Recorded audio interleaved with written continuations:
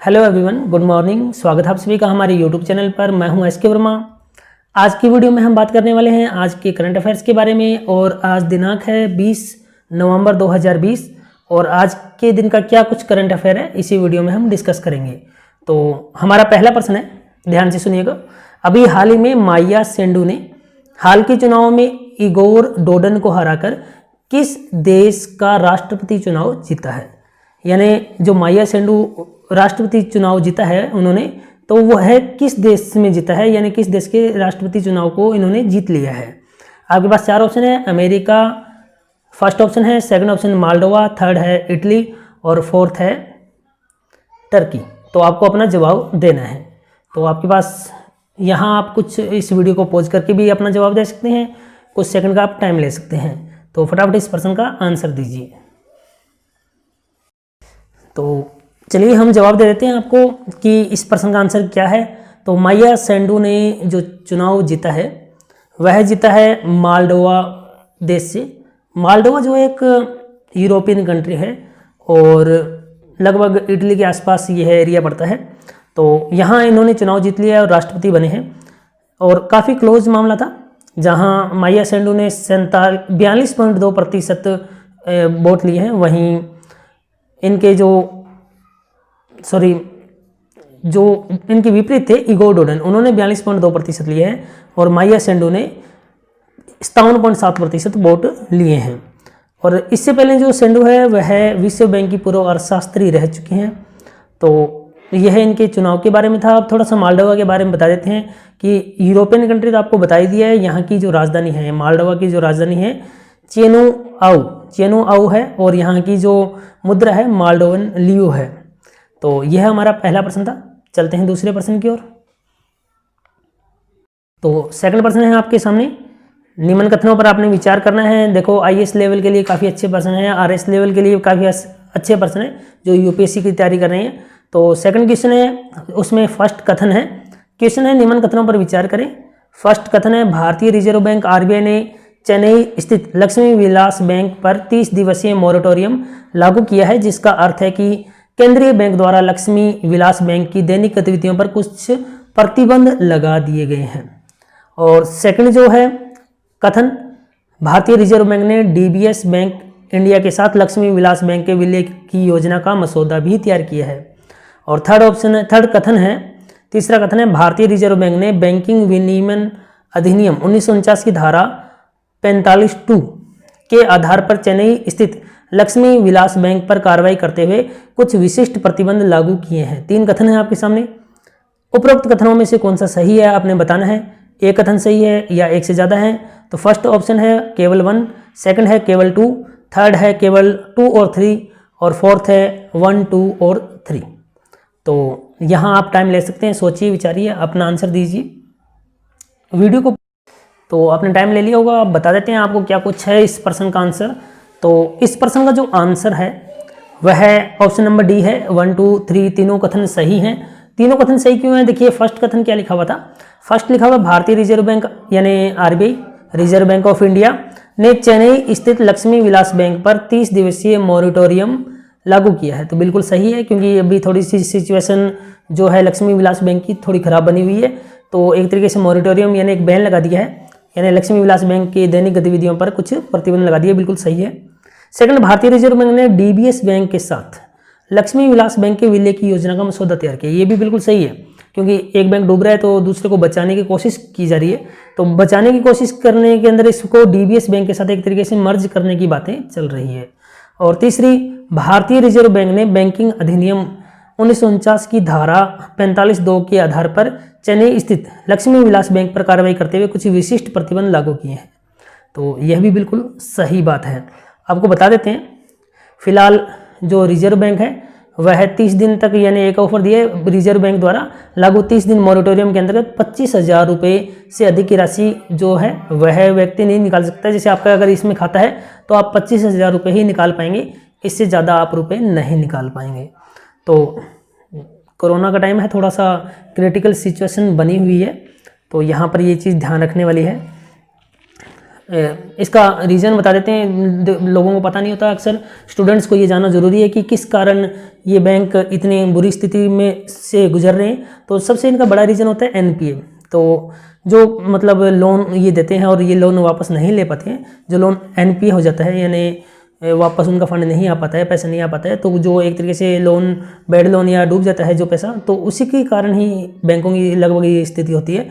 तो इस बैंक के बारे में देखो क्या है भी, आंकड़ों के अनुसार अगर बात करें तो जून 2020 में लक्ष्मी विलास बैंक की सकल गैर निष्पादित परिसंपत्तियां एनपीए, सकल गैर निष्पादित परिसंपत्तियां जो थी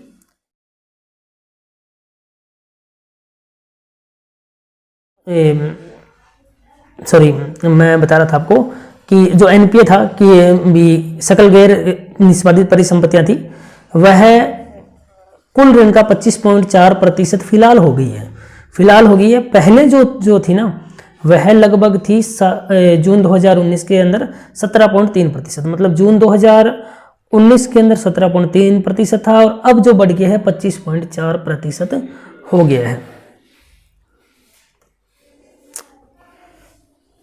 चलिए नेक्स्ट प्रश्न की ओर चलते हैं।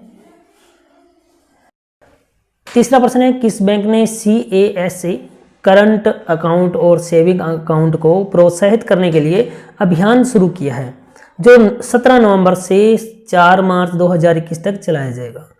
तो 4 ऑप्शन है, Rajasthan bank, Vijaya bank, Karnataka bank, Kotak Mahindra bank. आप यहाँ वीडियो को पॉज करके अपना आंसर कमेंट कीजिए। तो प्रश्न का आंसर कमेंट कर दिया होगा, आंसर बता देते हैं आपको। ऑप्शन नंबर जो सी है बिल्कुल सही है, कर्नाटक बैंक इस प्रश्न का आंसर आएगा। तो थोड़ा सा बता देते हैं क्या कुछ है। जो कर्नाटक बैंक है उसने CA करंट अकाउंट और SA सेविंग अकाउंट जो है उसको मतलब एक तरीके से मतलब बढ़ाने के लिए, प्रोत्साहन के लिए 17 नवंबर से 4 मार्च 2021 तक एक अभियान शुरू किया है। तो यह किया है कर्नाटक बैंक ने। आपको पता होना चाहिए कर्नाटक बैंक जो है उसका मुख्यालय कहाँ है। तो इसका जो मुख्यालय है वह मैंगलोर कर्नाटक में ही पड़ता है और नाम ही कर्नाटक बैंक है तो कर्नाटक में ही होगा। और साथ में आपको इसके MD और जो CEO हैं उसके बारे में जानना चाहिए। तो इसके कर्नाटक बैंक के MD और CEO जो हैं महाबलेश्वर MS पूरा नाम है। और इसकी जो टैगलाइन है कर्नाटक बैंक लिमिटेड की जो टैगलाइन है, यह जो है your family bank across India, India के बाहर भी आपका एक फैमिली बैंक। और यह फरवरी 18, 1924 से एक तरीके से शुरुआत हुई थी इस बैंक की। तो यह छोटी मोटी बातें आपको हमने साथ में बता दी। चलिए अगले प्रश्न की ओर चलते हैं। अगला प्रश्न नंबर 4 आप स्क्रीन पर देख पा रहे हैं।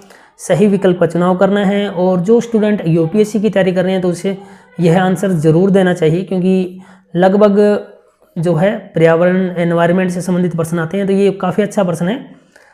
कथन 1 है, प्रश्न नंबर 4 है, सही विकल्प का आपको चुनाव करना है।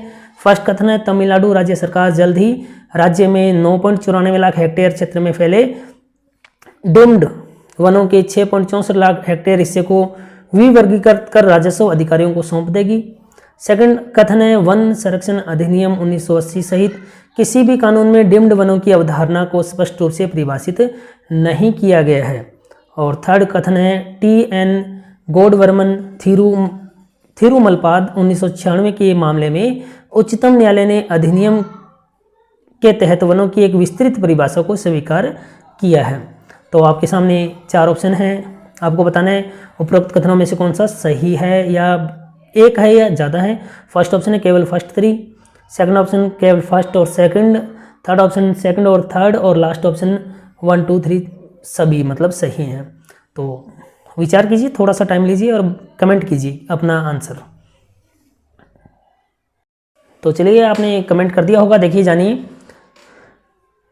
जो फर्स्ट कथन है तमिलनाडु राज्य सरकार जल्द ही राज्य में, तो यह गलत है, क्योंकि यहाँ पर लिखा हुआ है तमिलनाडु राज्य सरकार जल्द ही राज्य में 9.94 लाख हेक्टेयर क्षेत्र में फैले डीम्ड वनों के 6.64 लाख हेक्टेयर हिस्से को विवर्गीकृत कर राजस्व अधिकारियों को सौंप देगी। तो यहाँ तमिलनाडु राज्य सरकार नहीं कर रही, कर्नाटक राज्य सरकार कर रही है, तो फर्स्ट कथन गलत है। सेकंड, वन संरक्षण अधिनियम 1980 सहित किसी भी कानून में डिम्ड वनों की अवधारणा को स्पष्ट रूप से परिभाषित नहीं किया गया है। देखिए मोस्टली बच्चे यहाँ गलत करेंगे, उनको लगेगा ये कथन गलत है, ये बिल्कुल सही है कथन है, जबकि ध्यान देने वाली बात है कि ये कथन बिल्कुल सही है। दूसरा कथन सही है। तीसरा कथन, टी.एन. गोडवर्मन थिरुमलपाद 1996 के मामले में उच्चतम न्यायालय ने अधिनियम के तहत वनों की एक विस्तृत परिभाषा को स्वीकार किया है, तो यह भी कथन बिल्कुल सही है। मतलब दूसरा तीसरा कथन बिल्कुल सही है, तो ऑप्शन नंबर सी आपका सही रहने वाला है। यानी यहाँ पर आपका ऑप्शन नंबर सी बिल्कुल सही होगा। तो आपको ये प्रश्न पता लग गया होगा। चलिए थोड़ा सा आपको और बता देते हैं। जो कर्नाटक है, कर्नाटक में डिम्ड वनों का जो मुद्दा है काफ़ी विवादास्पद बना हुआ है और स्टार्टिंग से रहा है, आज की बात नहीं है। और जिसमें विभिन्न दलों के विधायक लगभग ये आरोप लगाते रहे हैं कि बड़ी मात्रा में कृषि और गैर वन भूमि क्षेत्रों को अवैज्ञानिक रूप से डिम्ड वन के रूप में वर्गीकृत किया गया है। तो एक तरीके से काफ़ी विवादास्पद बातें चलती रही है। तो यहाँ आपको ध्यान देने की ज़रूरत है डिम्ड वन, क्योंकि एक नया वर्ड है और लगभग करंट अफेयर्स के लिए काफ़ी अच्छा भी है। चलिए हम चलते हैं नेक्स्ट अगले क्वेश्चन की ओर। नेक्स्ट क्वेश्चन नंबर हमारा 5 स्क्रीन पर आप देख लो। विज्ञान और प्रौद्योगिकी विभाग DST के अनुसार भारतीय सुपर कंप्यूटर परम सिद्धि ने दुनिया के 500 सबसे अधिक शक्तिशाली सुपर कंप्यूटरों की सूची में कौन से में रैंक हासिल किया है। तो फर्स्ट ऑप्शन 61वां, सेकंड ऑप्शन 60वां, थर्ड 62वां और लास्ट फोर्थ ऑप्शन 63वां। तो आपको आंसर देना है, तो थोड़ा सा टाइम ले सकते हो आप, जल्दी से कमेंट कीजिए अपना आंसर।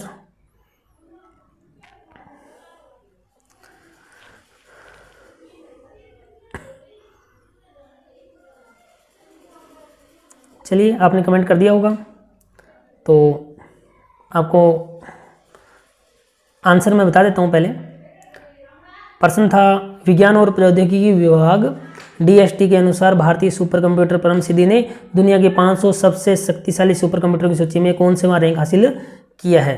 तो इसका जो फोर्थ ऑप्शन है, ऑप्शन नंबर डी 63वां, तो यह बिल्कुल सही है। तो आपको बता देते हैं विज्ञान और प्रौद्योगिकी विभाग DST के अनुसार भारतीय सुपर कंप्यूटर परम सिद्धि, देखिए नाम याद रखिएगा, परम सिद्धि ने टोटल 500 ये थे 500 सबसे शक्तिशाली सुपर कंप्यूटरों की सूची में 63वां रैंक हासिल किया है। तो यह 5वां प्रश्न था आज का। तो डियर स्टूडेंट्स, इस प्रश्न का आंसर आपको मिल गया होगा।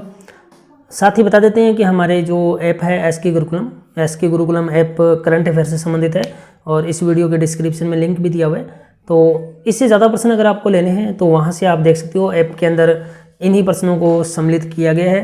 तो बिल्कुल आप ऐप तक जाएं और करंट अफेयर से संबंधित अलग अलग, मतलब देखिए एक तरीके से अलग अलग वैरायटी के करंट अफेयर्स, जैसे अर्थव्यवस्था के करंट अफेयर है, या कोई स्टेट का है, राजस्थान का करंट अफेयर है, या छत्तीसगढ़ का करंट अफेयर है, या राष्ट्रीय अंतर्राष्ट्रीय करंट अफेयर, खेल से संबंधित करंट अफेयर, मतलब बहुत सारी वैरायटी बनती है। वहाँ जाके देखोगे तो आपको टैग मिलेंगे, तो आप ऐप डाउनलोड कीजिए और वहाँ से भी ये करके देखिए, आपको अच्छा लगेगा। तो चलिए इस वीडियो में इतना ही, फिलहाल आगे दीजिए, नेक्स्ट वीडियो में फिर मुलाकात होगी, तब तक के लिए बाय, टेक केयर।